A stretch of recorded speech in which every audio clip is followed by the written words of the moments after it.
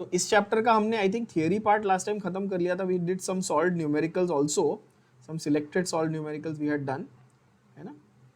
Today what we'll do is we'll start with the MCQs part first on this, and then we'll go back to other solved numericals. थोड़े से अच्छे questions जो हैं, है ना, unusual ones, those also we'll focus and solve. Right? चलो पहला question देखते हैं. MCQs में आपके टेक्स्ट बुक में जो पहला क्वेश्चन है सामने आपके स्क्रीन पे दिख रहा है सबको, I hope. The first question says a sample of pure water whatever the source always contains -% by mass of oxygen and 11.1% by mass of hydrogen. तो यहां पर एक्चुअली कैलकुलेशन की जरूरत है क्या? नहीं. क्यों? क्योंकि वाटर में तो H2O होता है बच्चों, और वो आपको बोल रहा है ऑलरेडी कि भाई हाइड्रोजन जो है वो 11.1% है. तो ऑटोमेटिकली ऑक्सीजन कितना परसेंट हुआ बताओ? ऑटोमेटिकली ऑक्सीजन कितना हुआ? तो 88.9 है ना. तो इसमें कैलकुलेशन की कोई जरूरत नहीं है. लेकिन just for fun let's assume, just for fun अगर वो आपको ऐसा बोलता, ठीक है, एमसीक्यू सॉल्यूशंस में मैं यहाँ पे लिखता हूँ आपके लिए, जस्ट फॉर फन वो आपको ऐसा क्वेश्चन देता जहां पर उसने परसेंटेज आपको बताया नहीं. यहाँ तो 11.1 बता दिया तो आपने इजीली 88.9 बता दिया. वो आपको ऐसा बोले फाइंड द परसेंट, क्या बोला उसने? Find the percent of oxygen और find the percentage of oxygen in water molecule. ऐसा बोल दिया तो आप क्या करोगे?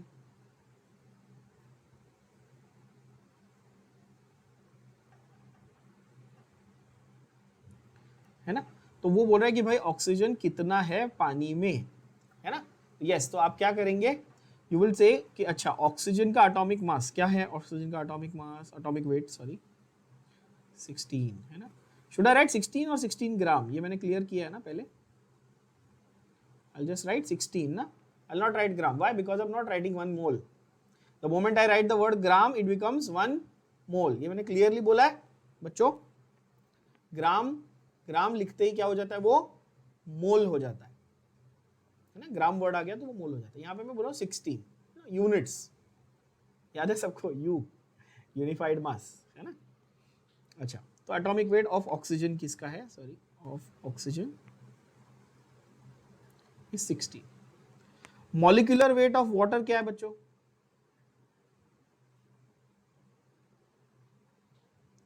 यस 18. तो परसेंटेज ऑफ ऑक्सीजन कितना हुआ? इजी हो गया ना यार. ये तो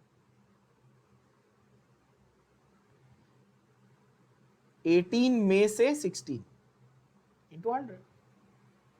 out of 18 oxygen was 16 into 100. Easy. इस तरह से निकालेंगे ना. जिनको ये नहीं समझा उनके लिए और सिंप्लीफाई कर दूं. सपोज आप बोलो कि 100 मार्क का पेपर था, आपको 90 मार्क मिले, तो 100 में से 90 इंटू 100, इतने आपके परसेंटेज बन गए. बस वही है ना, कितने में से कितना, like literally translated into in your head into Hindi and you will get the answer.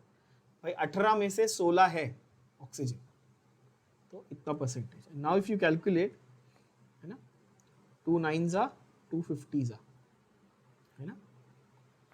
So you will get the answer as 9 1s are 9 5s are 45, 9 5s are 45, बचा 5, 55.55 ऐसा आता है ना. Sorry, 5.55, and 5.55 will always be obviously 88.88%. Simple है ना बच्चों. इस तरह से आएगा. तो भले वहां पर अभी ये क्वेश्चन में तो बहुत इजी कर दिया था उन्होंने, बिकॉज हाइड्रोजन दे दिया था, बट नहीं भी दिया रहेगा तो बहुत इजीली आप कैलकुलेशन कर सकते हो. I hope everybody understood that. Right, next question देखते हैं. Which of the following compounds will not demonstrate the law of multiple proportions. Multiple proportions के लिए हमारा क्राइटेरिया क्या था?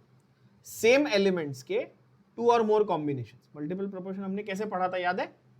सेम एलिमेंट्स के 2 और मोर कॉम्बिनेशंस. ये तो यहाँ पे देख के तुरंत आंसर आ गया. बताओ क्या रहेगा? NO और NO2, ये तो सेम एलिमेंट्स है. नाइट्रोजन ऑक्सीजन अलग अलग कॉम्बिनेशन है कि नहीं बच्चों? बॉम्बे देखो B, CO CO2, C देखो H2O H2O2। डी में क्या गलती है, फ्लोरीन डाल दिया ना, तो इसलिए वहां से नहीं आएगा लॉ ऑफ मल्टीपल प्रॉपर्टी। बहुत सिंपल, राइट। सी बहुत ही अच्छा क्वेश्चन है, कितने लोगों को ये आया, क्या है आंसर, राइट, सी का -40।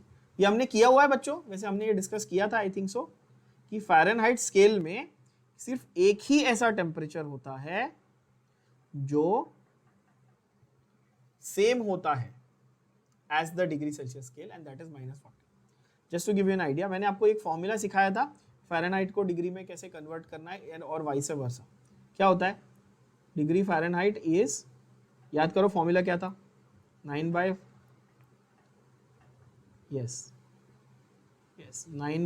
C plus 32। तो अगर ये मैं डिग्री सेल्सियस में, क्वेश्चन में क्या पूछा उन्होंने, हाँ, which of the following temperature will read the same value on degree and Fahrenheit, है ना। ये एक ही ऐसा वैल्यू है जो डिग्री और फ़ारेनहाइट में सेम आता है। जैसे कि आप देखो 9/5 इंटू -40 प्लस 32, तो ये कितना होगा, 5 8 सा 9 8 सा कितना होता है बच्चों, 72। ये -72 प्लस 32, तो ये कितना हुआ, -40। तो फ़ारेनहाइट में भी -40 और सेल्सियस में भी -40 था, है ना। तो आंसर आ गया -40। सपोज +40 बोलता तो उसकी फ़ारेनहाइट में वैल्यू कितनी आती, बता सकते हो।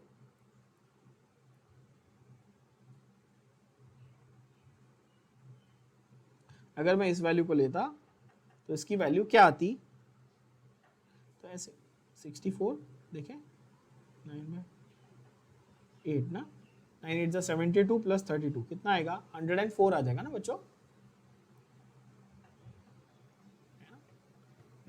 72 प्लस 32 या 104, है ना। तो जैसे अपन, ये मैंने क्यों बताया आपको, अगेन ये बायो में काफ़ी काम आता है।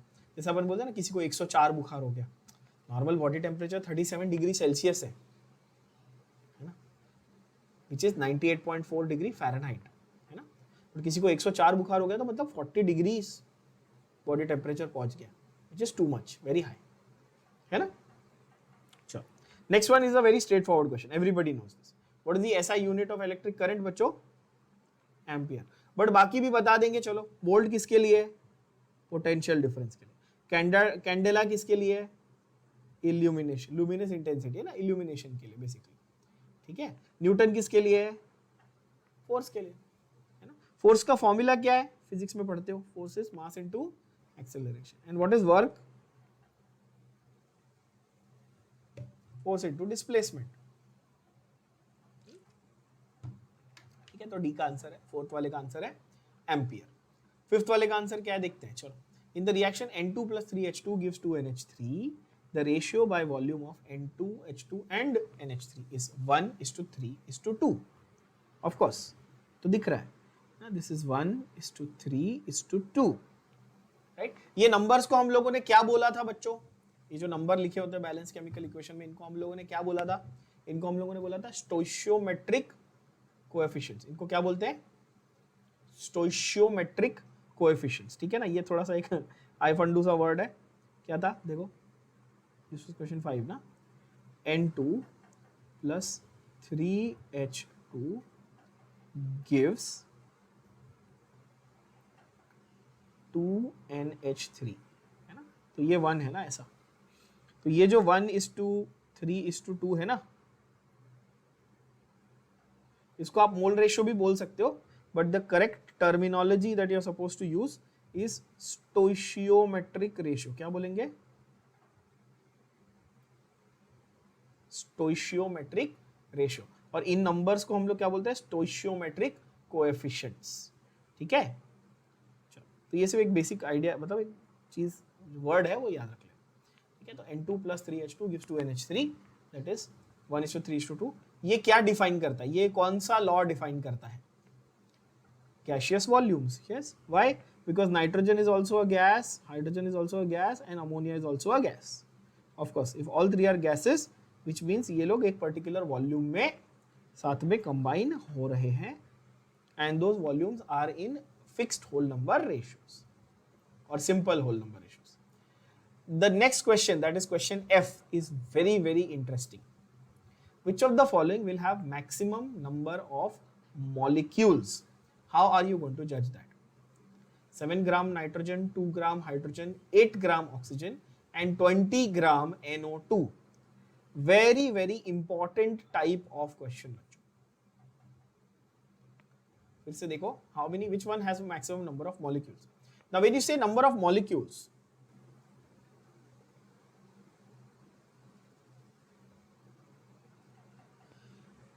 कैसे नंबर ऑफ मॉलिक्यूल्स दिया है अगर हम लोगों को, तो फिर तो उसमें हम लोगों को एवोगैड्रो नंबर आएगा, ये तो पता ही है.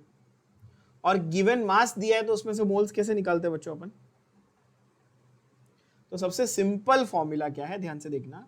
n, which is number of moles, is always given mass upon molar mass. क्या है? given mass upon simple, given mass upon molar mass, है ना? अच्छा, मोलार मास किसी चीज का कैसे कैलकुलेट करना है, तो हमने एक बड़ा लंबा चौड़ा सा टेबल लिखा था, याद है सबको? पहले 20 एलिमेंट का तो याद होना ही चाहिए. याद नहीं है तो फिर प्रैक्टिस करो, रिवाइज करो, and remember that values of the atomic masses and molar masses of at least the first 20 elements. Now in question, in this particular question, अच्छा हाँ, one thing I made a mistake is I have written 1 2 3 4 5 na. Questions are numbered here as what? These stupid people, why do they do this? A B C D, options भी A B C D, number भी A B C D. क्या पागल लोग हैं ना. क्या मजा आता है ये टेक्स्ट बुक वालों को ऐसा फालतूगिरी करने में. हाँ, मुझे इनको इनको ना, इनको मजे आते हैं ना, ऐसे कुछ कुछ उंगली करते रहते हैं. ए सी ए लिखा हमने, सी लिखा डायरेक्ट. जिसमें सॉल्विंग लायक कुछ है वो मैं यहाँ पे लिख रहा हूँ, है ना. ये वाला एफ है ना. ओके, हाँ, स्टूपिड, ठीक है. So n is given mass upon molar mass, ठीक है ना. अब ये एफ क्वेश्चन में अपने को 4 ऑप्शन कौन से दिए, चलो वो देखते हैं. ए, बी, सी और डी, 4 ऑप्शन उसने दिए. क्या क्या ऑप्शन दिए बच्चों? पहला उसने दिया है 7 ग्राम नाइट्रोजन, उसके बाद दिया है 2 ग्राम हाइड्रोजन, उसके बाद दिया है 8 ग्राम ऑक्सीजन और लास्ट में दिया है 20 ग्राम NO2. ठीक है, 20 ग्राम NO2. ओके, अब ध्यान से जरा देखना. मुझे अगर मोलार मास इन सबका पता है तो can I find number of moles very easily. इसके लिए वैल्यू ऑफ n होगी 7 अपॉन मोलार मास, इसके लिए वैल्यू ऑफ n होगी 2 अपॉन मोलार मास, इसके लिए वैल्यू n होगी 8 अपॉन मोलार मास और इसके लिए वैल्यू ऑफ n होगी 20 अपॉन मोलार मास. यहां तक सब लोग, everybody with me? Yes. And molar mass मैंने आप लोगों को एक टेबल पूरा एज इट इज लिख के दिया था, जहां पे आपको बोला था डायरेक्टली आप लर्न भी कर सकते हो या you can derive it very easily.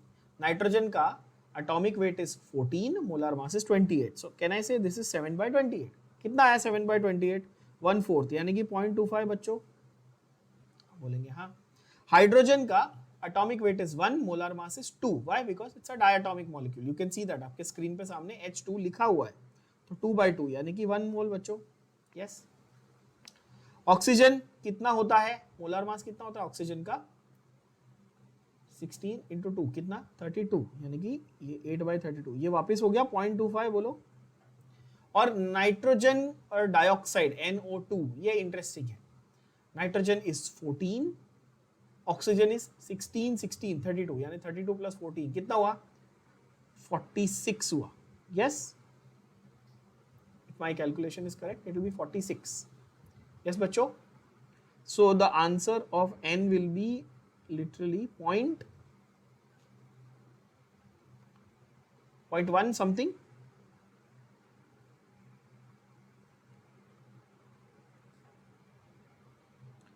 हाँ, 0.4 something, sorry. 0.4, चलो रफली 0.4. ठीक है, I don't want the exact calculation. और क्वेश्चन में उसने क्या पूछा आपको? उसने पूछा इनमें से मैक्सिमम नंबर ऑफ मॉलिक्यूल्स किसका है, यही पूछा है ना, मैक्सिमम नंबर ऑफ मॉलिक्यूल्स किसका है। चलो देखते हैं, है ना। अभी यस, सो 1 मोल है यहां पर, तो ये सीधा Na नंबर ऑफ मॉलिक्यूल्स हो गए। यस बच्चों, यानी कि इसमें 6.022 इंटू 10⁻23 मॉलिक्यूल्स ऑफ हाइड्रोजन हो गए। इसमें कितने हुए, 0.25 टाइम्स ऑफ Na। इसमें कितने हुए, 0.4 टाइम्स ऑफ Na। और इसमें कितने हुए, 0.25 टाइम्स ऑफ Na। तो हाईएस्ट नंबर किस में मिला आपको, ऑब्वियसली ऑप्शन बी में, यानी हाइड्रोजन। क्या ये बात सबको क्लियर हो गई?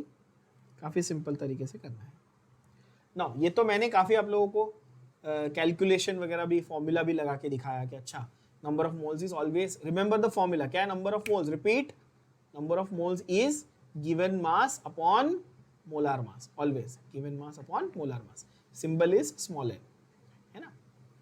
अच्छा, अब वो बोल रहा है नेक्स्ट क्वेश्चन जी, देखो जी, तो मैंने तो फॉर्मूला से बताया, बट आप बहुत ही सिंपल तरीके से इसको ओरली भी कर सकते थे कि अच्छा ये 7 दिया है मतलब 28 का 1/4 है, तो इसमें 1.25 हो गया।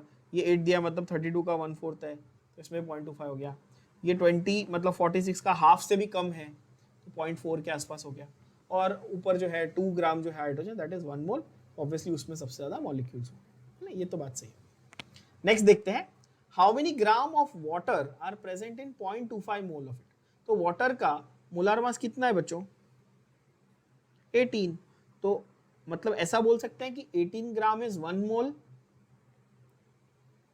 तो 0.25 मोल यानी कि उसका 1/4 कितना हुआ, 18 का आधा 9, और उसका आधा 4.5, तो क्या आएगा answer, option A. Very easy, very simple, everybody got this. Next question देखते हैं, ये नेक्स्ट क्वेश्चन तो बहुत सिंपल, डेफिनेशन से उठा लिया उन्होंने, है ना। पर डेफिनेशन से उठाने के बाद भी इसमें बहुत बच्चे मिस्टेक करके आते हैं। क्यों मिस्टेक करते हैं देखना। Number of molecules in 22.4 cm³ of nitrogen gas at STP is A, B, C या डी, क्या आएगा आंसर बच्चों। बहुत लोग बी बोलेंगे, कंप्लीटली रॉन्ग। देखो आपने कहा मिस्टेक की, घाई किया, सिली मिस्टेक की। cm³ दिया है बेटा, यहाँ पे हमारा डेफिनेशन किसके लिए था, dm³ के लिए था, है ना। और यहीं पे आपके 4 मार्क कट हो जाएंगे और -1 भी हो जाएगा। जेई में, नीट में तो नेगेटिव मार्किंग भी हो जाती है ना आपकी। तो ये सिली मिस्टेक आप करते हो, इसलिए वो एग्जामिनर ऐसा क्वेश्चन डालता है। उसको पता है कि बच्चा घाई में ये बी मार्क करेगा, जबकि ये रॉन्ग है। असली आंसर क्या है, ऑप्शन ए है। कैसे ए आया, ध्यान से देखना जरा, करते हैं। This is question number H ना, this is question number H. पहले देखो 22.4 cm³ दिया आपको, कितना दिया है, cm³ दिया है।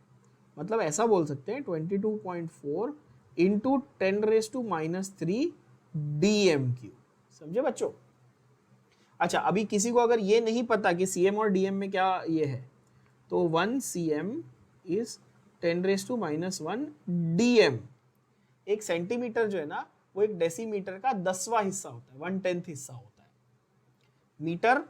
मीटर का 1/10 कितना हुआ, डेसीमीटर, और उसका 1/10 कितना हुआ, सेंटीमीटर। क्या ये बात समझ में आई। मीटर का 1/10 डेसीमीटर, उसका 1/10 centimetre. Another thing that you have to remember, please remember, okay, this is very very important. ये आपको आगे फिजिक्स में भी बहुत काम आने वाली है। बहुत सिंपल चीज बता रहा हूं, पर ये बहुत काम की चीज है। cm³ is same as ml, यानी कि मिलीलीटर, ठीक है। cm³ is same as what, millilitre. And dm³ बच्चों, dm³ इज सेम एज, ये तो ऑलरेडी बता चुका हूं बहुत बार, है ना, this is same as litre. इसका मतलब कि cm³ और dm³ ये दोनों में क्या रिलेशन होगा बताओ। अगर वो दोनों में रिलेशन रटना नहीं है या याद नहीं करना है, तो इसको डिराइव भी कर सकते हो। क्या करो, दोनों साइड को क्यूब करो, देखो, तो 1 cm³ is 10⁻³ dm³। Did you get this. तो देखो cm³ की जगह पे मैंने 10⁻³ dm³ लिखा। काफी क्लैरिटी के साथ समझ में आया सबको। अच्छा, तो ये समझ में आ गया, तो बाकी पार्ट बड़ा इजी है। ऐसा लिख देते ना, 1 litre is 10⁻³ milliliter. So therefore 1 dm cube is 10⁻³ cm cube, है ना? ये सबको समझ में आ जाएगा ऐसे, ठीक है? ये तो हमारी एक साइड नोट होगी जो इंपॉर्टेंट नोट थी। अच्छा, अब जाते हैं क्वेश्चन पे। क्वेश्चन तो बहुत इजी है। तो यहाँ पर हो जाएगा, अगर 22.4 डीएम क्यूब होता तो आप लिखते 6.022 इंटू 10⁻23 मॉलिक्यूल्स पर मल्टीप्लाइड बाय 10⁻³ भी है, यानी कि ये 23 और -3 कितना हुआ बच्चों? 6.022 इंटू 10⁻20, यानी कि option A is your correct answer. Clear? Okay, next question देखते हैं। सिमिलर फंडा। Next question also has a very similar funda to what you did in question F. Now you should be able to judge it very easily. Which of the following has the highest number of atoms? Which of the following has the highest number of atoms? Atoms पूछा है, molecules नहीं पूछा है। ध्यान से देखना, question को ध्यान से देखना। Atoms पूछा है, क्या पूछा है? Atoms, number of atoms पूछा है, molecules नहीं पूछा है। 1 gram AU. What is AU बच्चों? AU is aurum. AU is aurum, which is gold. AU is aurum, which is gold, है ना? Not copper.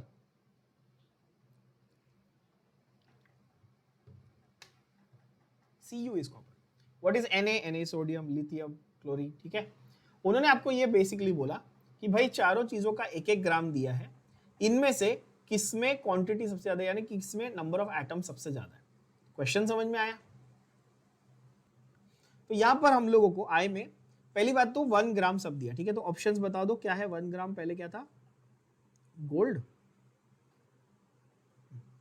दूसरा है हमारे पास 1 ग्राम नहीं, तीसरा है 1 ग्राम लिथियम, और चौथा है 1 ग्राम क्लोरीन। ओके, 1 ग्राम क्लोरीन। अच्छा, पहले ये बताएंगे बच्चों, सबसे पहली चीज जो आपको ऑलरेडी मालूम है वो बता दो कि आपके पास क्लोरीन का मोलर मास कितना है? क्लोरीन का मॉलिक्यूलर मास कितना है?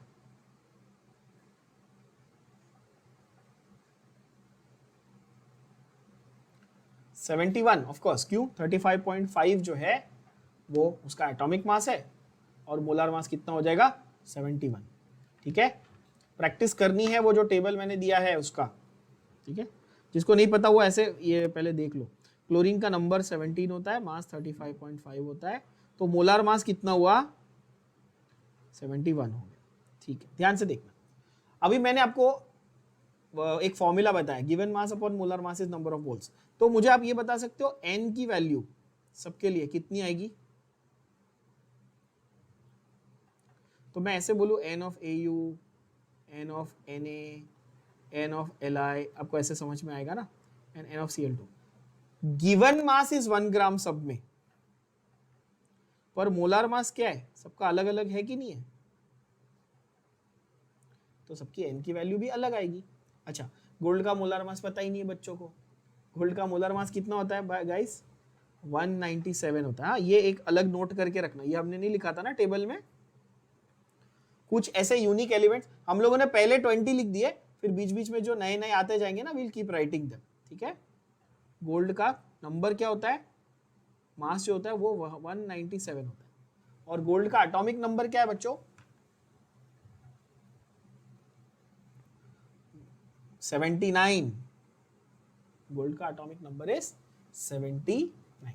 79 is the atomic number and 197 is the molar mass, है ना? और एटॉमिक वेट, जैसे कि लेड का 82 और 207, ऐसे बहुत सारे इंपॉर्टेंट वाले आएंगे आगे। ठीक है, अच्छा, सोडियम का कितना है सबको याद होगा? 23, है ना? लिथियम का नंबर, लिथियम का है 7, और क्लोरीन का भी बताया 71। Do I actually need to calculate? No.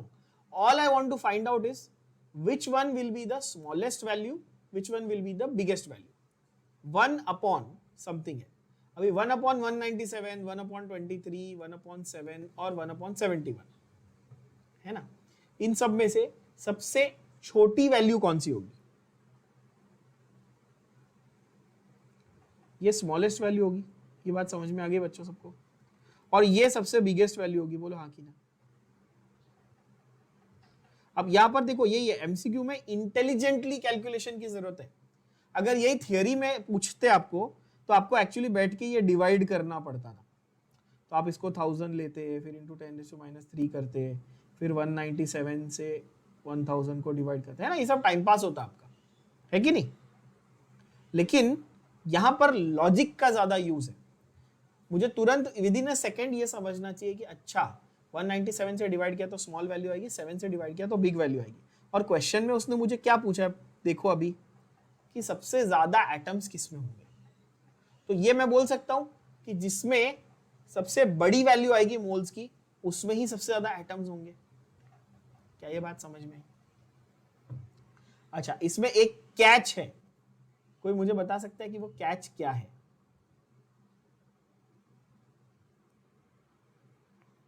Answer आपका सी है, आंसर का कोई टेंशन नहीं, आंसर तो सी है। पर एक कैच यहां पर और एक है जो इंपॉर्टेंट चीज नोट करने जैसी थी। आप लोगों में से किसी ने नोटिस नहीं की, बट ध्यान देना, Cl2 लिखा है। क्वेश्चन में एटम्स पूछा है या मॉलिक्यूल्स पूछा है बच्चों? एटम्स पूछा है ना। तो क्लोरीन के केस में क्या उसे मुझे 2 से मल्टीप्लाई नहीं करना पड़ेगा? क्यों? क्योंकि एक मॉलिक्यूल में 2 एटम हैं। मैं हर एक के लिए नंबर ऑफ मॉलिक्यूल्स निकाल रहा हूं। यस, क्लोरीन का मैंने क्या लिया? मॉलिक्यूलर मास लिया, मैंने नंबर ऑफ मॉलिक्यूल्स निकाले, है कि नहीं? है ना? और मुझे उसने पूछा है नंबर ऑफ एटम्स, मुझे उसने पूछा है नंबर ऑफ एटम्स। तो क्लोरीन के लिए मुझे मल्टीप्लाई बाय 2 तो करना पड़ेगा ना। ये चीज अगर आपने मिस की तो आपकी सिली मिस्टेक हो जाएगी। ध्यान से देख लेना। अभी just for your reference I am telling you, just for your reference, 1/7 जो है ये 0.14 आता है। कितना आता है? 0.14। एंड 2 डिवाइड बाय 71 ये आता है 0.028। तो ऑब्वियसली अभी भी लिथियम की ही वैल्यू बड़ी है, ठीक है? पर अगर मुझे वो ऐसा घुमा के ऐसा पूछता, arrange in order from biggest value to smallest value, तो ये इंपॉर्टेंट फैक्टर बन जाता ना, है कि नहीं? तो इसलिए यहां पर ध्यान देना कि क्वेश्चन में उसने आपको पूछा है लार्जेस्ट नंबर ऑफ एटम्स, पर क्लोरीन का तो मॉलिक्यूल होता है, तो आपको मल्टीप्लाई बाय 2 करना पड़ेगा। किसके लिए? नंबर ऑफ एटम्स ढूंढने के लिए। क्या ये सबके भेजे में बात गई? बोलो हाँ कि ना। अब सपोज मैं इधर आपको जस्ट फॉर फन एक और ऑप्शन दे देता, 1 ग्राम P4। क्या करता मैं? P4 phosphorus. तो आप उसका किस तरह से निकालते? 1/1 मोलार मास कितना होता है फॉस्फोरस का? 31 इंटू 4 कितना होता है?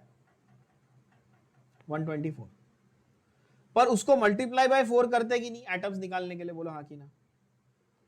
ये हुई ना बात, ये समझने की बात। कुछ लोग इसको थोड़ा घुमा के करते, कुछ बच्चे थोड़ा घुमा के करते। कैसे? सर मैं फॉस्फोरस का एटॉमिक वेट ले लूंगा, मैं मोलार मास नहीं लूंगा।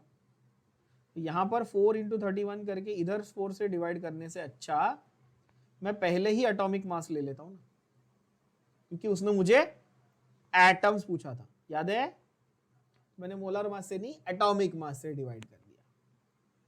गोल्ड, लिथियम और सोडियम के केस में क्या एटॉमिक मास और मोलर मास सेम है? क्यों? क्योंकि ये मोनो एटॉमिक एलिमेंट्स हैं। ये मैंने क्लियर किया था बच्चों, सबको याद होगा। मोनो एटॉमिक क्या होता है, डायटॉमिक क्या होता है? जिसका मॉलिक्यूल में एक ही एटम होता है वो मोनो एटॉमिक, जिसमें 2 होता है वो डायटॉमिक, 3 होता है वो ट्राइएटॉमिक, 4 होता है वो टेट्राएटॉमिक, है ना? इस तरह से। तो यहां पर आंसर क्या आ जाएगा? ऑप्शन सी, यानी कि 1 ग्राम लिथियम। आई होप ये छोटी छोटी चीजें जो मैं आपको बता रहा हूं फाइन ट्यूनिंग करने के लिए, ये आप लोग नोट डाउन कर रहे हैं, समझ रहे हैं, राइट?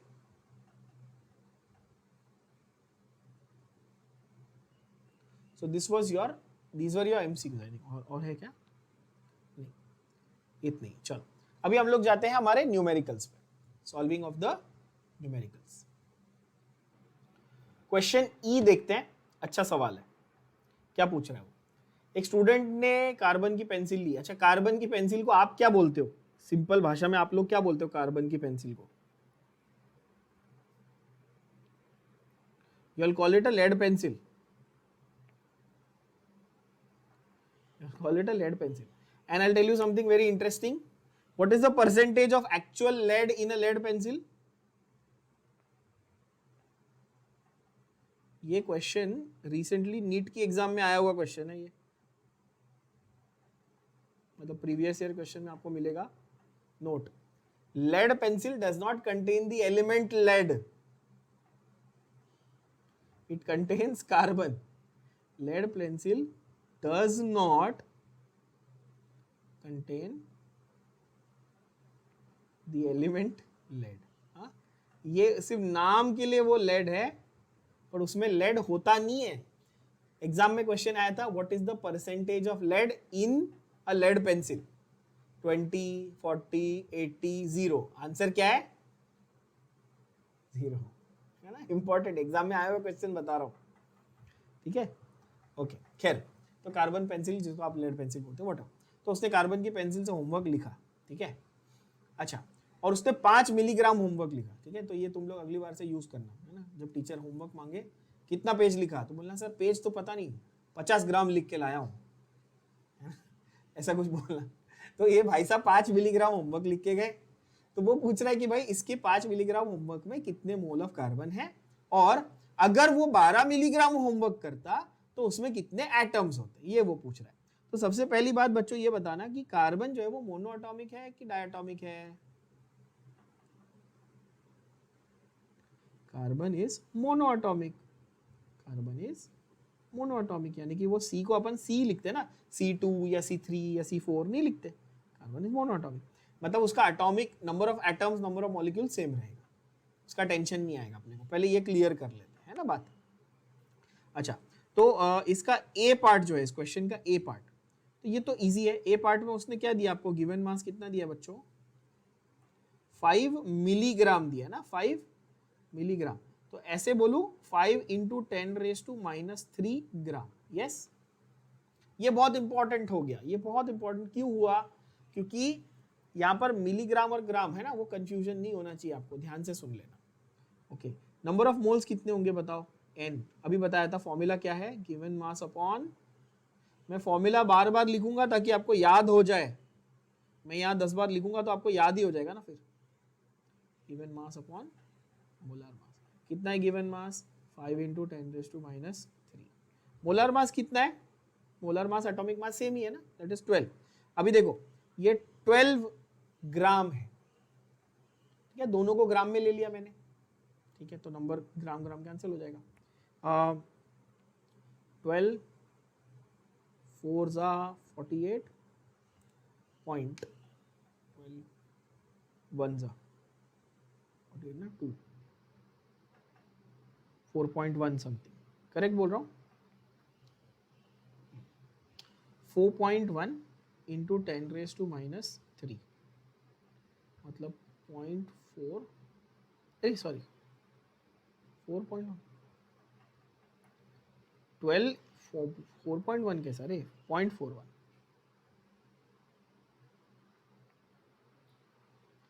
0.4 इंटू 10⁻³ मतलब 4 इंटू 10⁻⁴। डेसिमल शिफ्टिंग किया ना, 4 इंटू 10⁻⁴। डेसिमल को एक आगे लेके गया तो ये नंबर जो है इसको एक नेगेटिव कर दिया, एक पीछे लेके जाता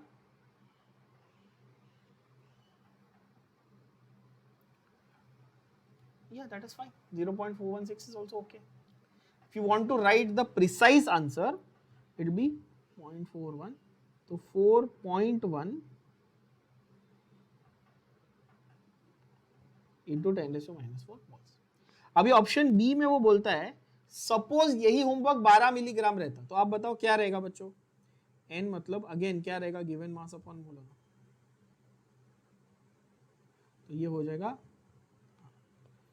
तो ये हो जाएगा given mass upon molar mass. I hope everybody is understanding this. जिसको डाउट था ये देख लो। तो ये 12 मिलीग्राम यानी 12 इंटू 10⁻³ हुआ। और ये हुआ 12 ग्राम, राइट। तो कितना हुआ मोल्स, तो 10⁻³ मोल्स हुआ, 10⁻³ मोल्स हुआ। Now what do we know about the definition of moles with respect to atoms? Can we say 1 mole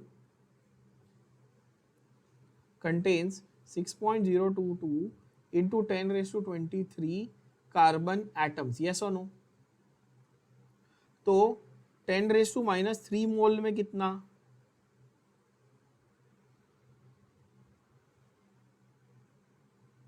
multiply 6.022 into 10⁻23 into 10⁻³ atoms, यानी कि 6.022 into 10⁻20 atoms. Did we get the answer?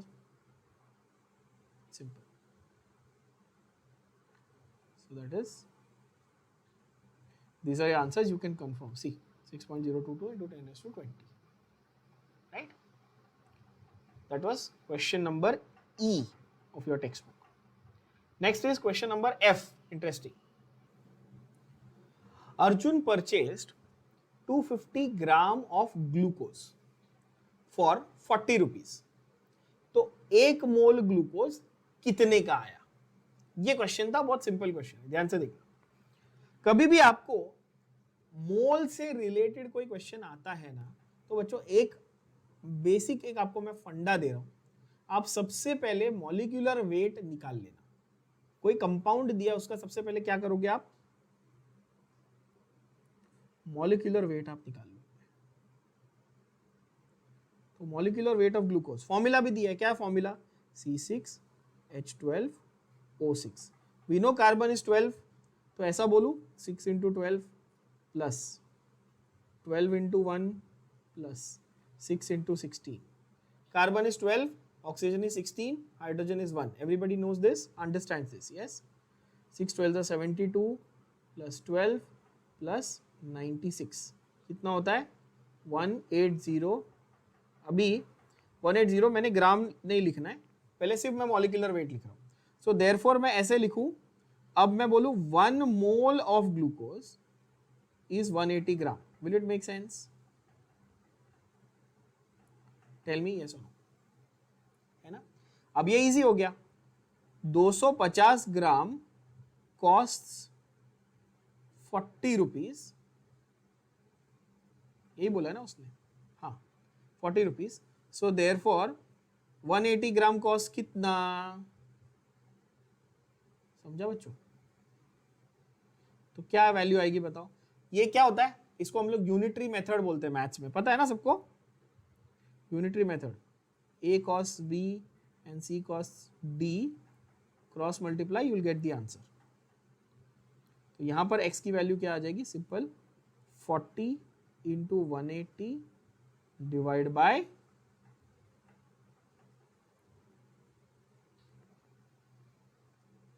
करके देखो, 0 0 cancel, 5 5 जा 5 8 जा, बरोबर ना। Then 5 1 जा 5 3 जा 15 और 6 जा, sorry I made a mistake,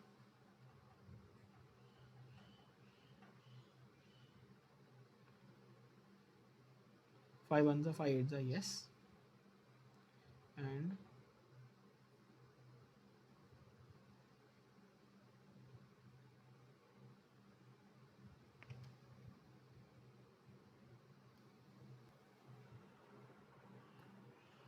5 1 जा 5 5 3 जा 15 पॉइंट, कितना बचा 3 30 3.6, 8 3 जा, तो ये आएगा 28.8 रुपीज, ठीक है। 3.6 इंटू 8। जितने लोगों को मल्टीप्लीकेशन में अगर टाइम लगता है तो मैं आपको सिंपल ट्रिक्स भी बताते जाऊंगा साथ साथ में। जैसे 3.6 इंटू 8 करना है तो डबल करो, कितना हुआ 7.2, फिर उसका डबल करो 14.4, फिर डबल करो 28.8, rather than actually sitting and multiplying. आप लोग नॉर्मली ऐसा करते हो ना, रफ वर्क, फिर ऐसा मल्टीप्लाई करके ऐड करते हो, नॉर्मली बच्चों की आदत होती है। बट शॉर्ट में जब आपको अप्रोक्सीमेटली कैलकुलेट करना है या शॉर्ट से कैलकुलेट करना है, तो मेरे को 8 करना है ना, तो मैंने 2 2 2 और फिर 2 और फिर 2 ऐसे डबल डबल डबल किया, मेरा आंसर इजीली आ जाएगा। Yes, 28.8। So you don't actually need to sit and multiply. Yes बच्चों, चलो ये हुआ हमारा क्वेश्चन एफ, क्लियर आ गया 28.8। क्वेश्चन जी, one of the most important questions. ये क्वेश्चन डायरेक्ट उठा के आपके जेई में, सीईटी में, नीट में, तीनों एग्जाम में पहले भी आ चुका, बोर्ड्स में भी, मतलब पहले तो जब ये उसमें आया करता था बोर्ड्स में, अब तो नहीं आता ये वाला पार्ट, एवरेज एटॉमिक मास का पूछते नहीं, पर पहले ये थियरी में भी आ चुका है, सब जगह ये क्वेश्चन आ चुका है। और मैं आपको सिखाऊंगा कि इसको अप्रोक्सीमेशन से कैसे करना है।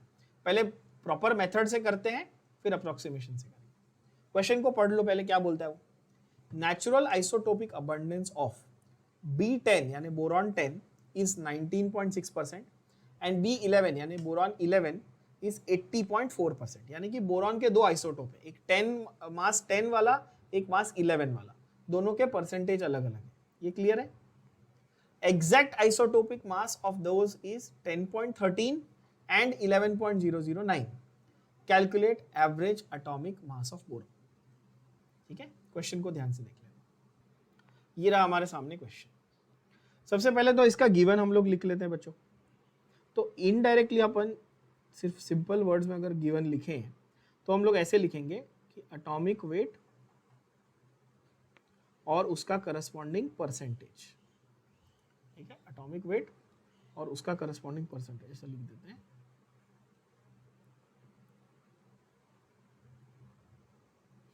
ठीक है, एटॉमिक वेट और परसेंटेज। जैसे कि 10.13 वाले का 10.13 वाले का मुझे परसेंटेज कितना दिया है, 19.6, और 11.009 वाले का मुझे परसेंटेज दिया है 80.40।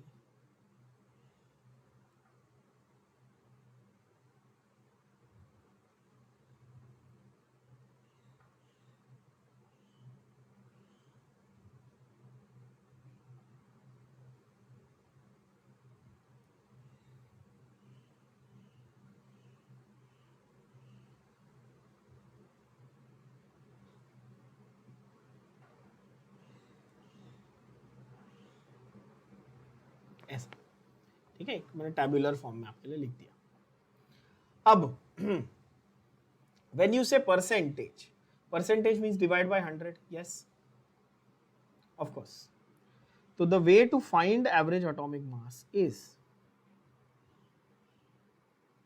क्या ढूंढना है हमको, average atomic mass. What is the formula for finding average atomic mass.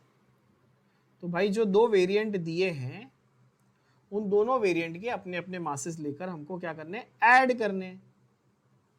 तो एवरेज एटॉमिक मास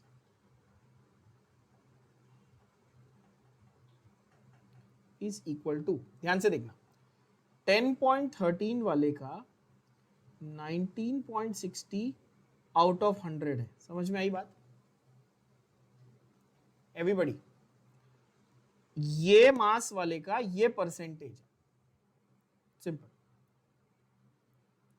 इसको ऐसे कर दिया। प्रेजेंटेशन के ऊपर ध्यान देखना कि मैं कैसे लिख रहा हूं, कचरे जैसा मत लिखना अपनी नोटबुक में प्लीज, नहीं तो बाद में कभी पढ़ोगे तो खुद ही याद नहीं रहता। ऐसा होता है ना आप लोग के साथ, ऑनलाइन बैठे तो कहीं भी कुछ भी कोई भी बुक में लिख दिया, सीरियसली नहीं लिया, फिर 4 दिन बाद खोला तो खुद ही नहीं समझ में आ रहा है। सब डॉक्टर हो, खुद को हैंडराइटिंग नहीं समझ में आ रही। ठीक है, इसलिए बोलता हूँ कि प्रेजेंटेशन ढंग से लिखो ताकि जब अगली बार बुक खोलो तो खुद को समझ में आए कि क्या लिखा है। तो 10.13 इंटू 19.6 अपॉन 100, ओके, और 11.009 इंटू 80.40 अपॉन 100। क्लियर है, ये हमारा एवरेज एटॉमिक मास बनेगा। अब आ जाएगा आंसर इजीली। कैसे? देखो ये 0 और 0 कैंसिल, मतलब 0 0 कैंसिल क्या करना है, ठीक है। 10.13 इंटू 19.60 अपॉन 100, मतलब इन शॉर्ट 10.13 इंटू 0.196, ऐसे कर दूं। क्या किया मैंने, ये डिवाइड बाय 100 था ना, तो इसको मैं 2 डेसिमल पीछे लेके गया, समझो प्लीज एवरीबडी पे क्लोज अटेंशन। सेम वे इधर इसको मैं ऐसा कर दूं, 2 डेसिमल पीछे लेके जाऊं, डिवाइड बाय 100 था तो प्लस 11.009 इंटू 0.804, ऐसे। Now this seems like a very what you से इडियोटिक कैलकुलेशन है ना, बहुत बड़ा नंबर का मल्टीप्लिकेशन लग रहा है ना आपको ये। अब ये नॉर्मली हम लोग लॉग से करते हैं, बट यहाँ पर जैसा मैंने कहा कि वो लॉग वाला फंडा हम लोग जो क्लास 12 के जो सम्स हैं उसमें करेंगे, क्योंकि वो हमको एक्चुअली लिखने के लिए और प्रेजेंट करने के लिए स्टेप वाइज मैनर में आएगा। यहाँ पर हम उसमें टाइम वेस्ट नहीं करेंगे, लेट्स डू इट अप्रोक्सीमेशन के साथ।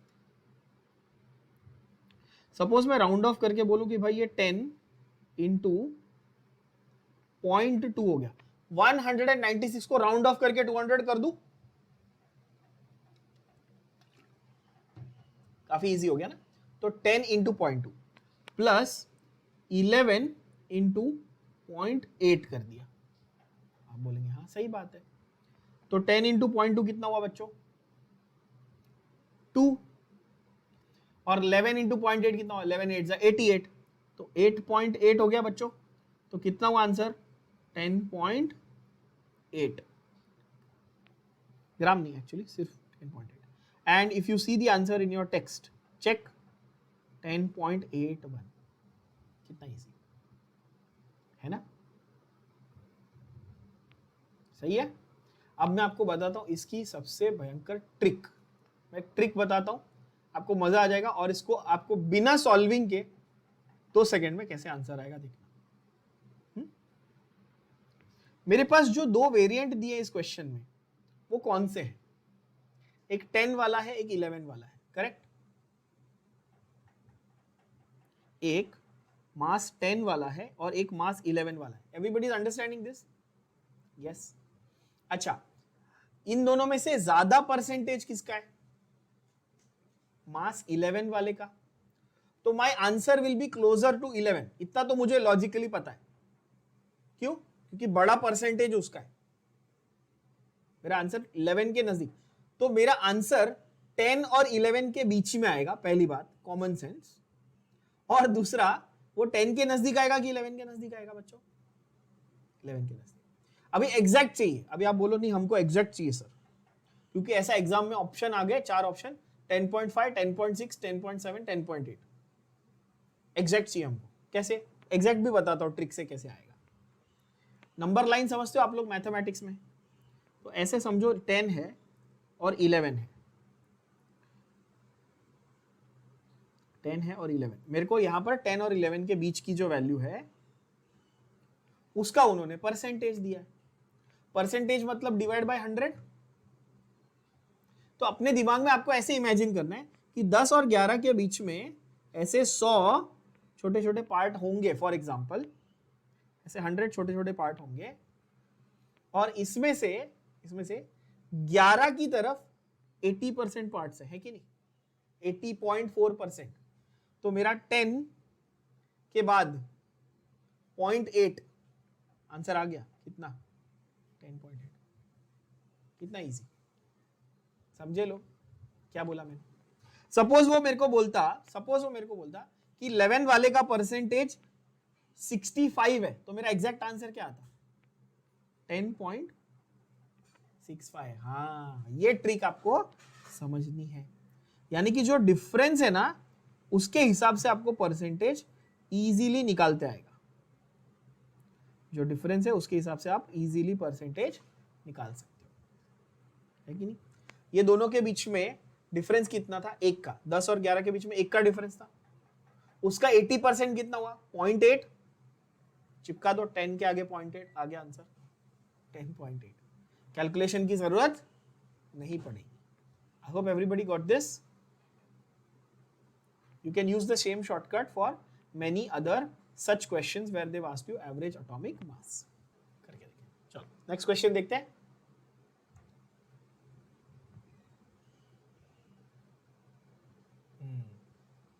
ये क्वेश्चन देखते हैं, करेंगे सॉल्व हम. चलो calculate number of moles and molecules of acetic acid present in 22 gram of it. तो सबसे पहली चीज तो गिवन मास दिया है. गिवन मास कितना है बच्चों?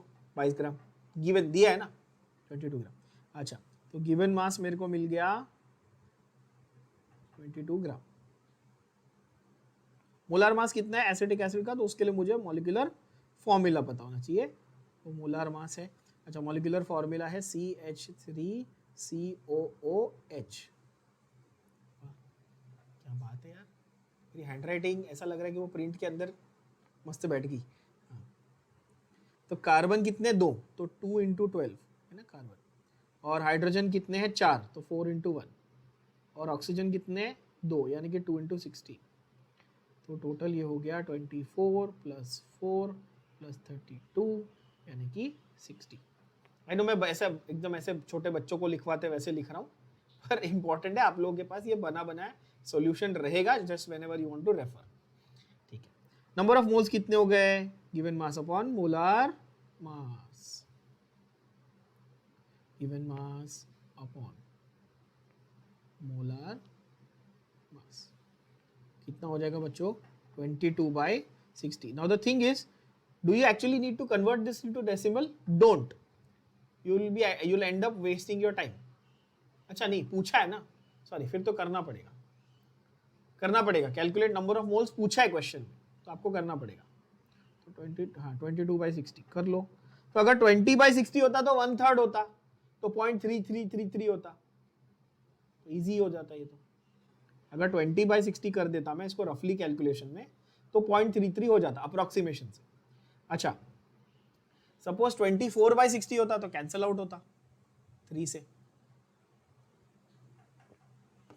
यहाँ पे this is easy actually to calculate. 0.366, तो मैं 0.3666 बार बार लिखने से अच्छा 0.367 मोल्स ऐसा लिख दूं. रिकरिंग डेसिमल तो सबको आते हैं. अच्छा और क्या वो पूछ रहा है? मॉलिक्यूल्स कितने? तो मैं ऐसा बोलता हूं ना, 1 मोल कंटेन्स कितने मॉलिक्यूल्स, यानी कि एवोगैड्रो नंबर ऑफ मॉलिक्यूल्स ऐसा लिख दूं. सो देयरफॉर 22 ग्राम कंटेन्स, 22 ग्राम मतलब कितने मोल्स थे? 0.367 0.367 into molecules. तो ये कितना आएगा? इसको 22/60 लिख सकते हैं अपन, और 6.022 इंटू 10⁻23. अब अगर ये एग्जैक्ट कैलकुलेशन अपने को यहाँ पे थियरी में करनी होती है, सपोज ये सेम आ गया एमसीक्यू में, तो वहां पे वो क्या बोलेगा आपको कि आप इसको 6.022 को राउंड ऑफ करके 6 ले लो, समझे, अप्रोक्सीमेशन करके. तो ये बहुत इजी हो जाएगा ना फिर तो ऐसे टेंजा. ठीक है. तो ये हो जाएगा आपका वैल्यू विल बी 2.2 इंटू 10⁻23. ठीक है. 22 डिवाइड बाय 10 मैंने इधर ही कर दिया, तो 2.2 इंटू 10⁻23. और आप देख सकते हो 2.2 इंटू 10⁻23 आ गया answer. Easy, right, simple calculation. 24 gram of carbon reacts with oxygen to form 88 grams of carbon dioxide. यहां पे देखना है carbon plus oxygen gives CO2. What is the mole ratio? Balance करो 1 1 1. बैलेंस किया तो मोल रेशियो 1:1:1 है. बोलोगे हाँ सही है. अच्छा ये मोल रेशियो के हिसाब से according to this balanced chemical equation carbon कितना था हमारे पास? 12 ग्राम. ऑक्सीजन कितना था बच्चों? 32 ग्राम. क्यों? क्योंकि 1 मोल है ना. और कार्बन डाइऑक्साइड कितना था? 44 ग्राम. चेक कर लो, एक कार्बन 12 और ये 30. ठीक है. पर वो बोल रहा है कि यार ओरिजिनली तो ये इक्वेशन था, पर मेरे पास तो 24 ग्राम कार्बन था और 88 ग्राम कार्बन डाइऑक्साइड बना था. तो आप बोलोगे हाँ लॉजिकल है भाई, ये डबल हुआ तो ये भी डबल हो गया, है कि नहीं? तो ये भी डबल होना चाहिए, तो आंसर आ गया सीधा सीधा 64। क्या ये बात समझ में आई? और 64 क्या होना चाहिए था? ग्राम, है ना? वो इनकम्प्लीट लिखा है आपके टेक्स्ट बुक में, आप चेंज कर लो। 64 क्या होना चाहिए? ग्राम। क्यों? क्योंकि यहाँ पे 24 ग्राम 88 ग्राम दिया है ना बच्चों?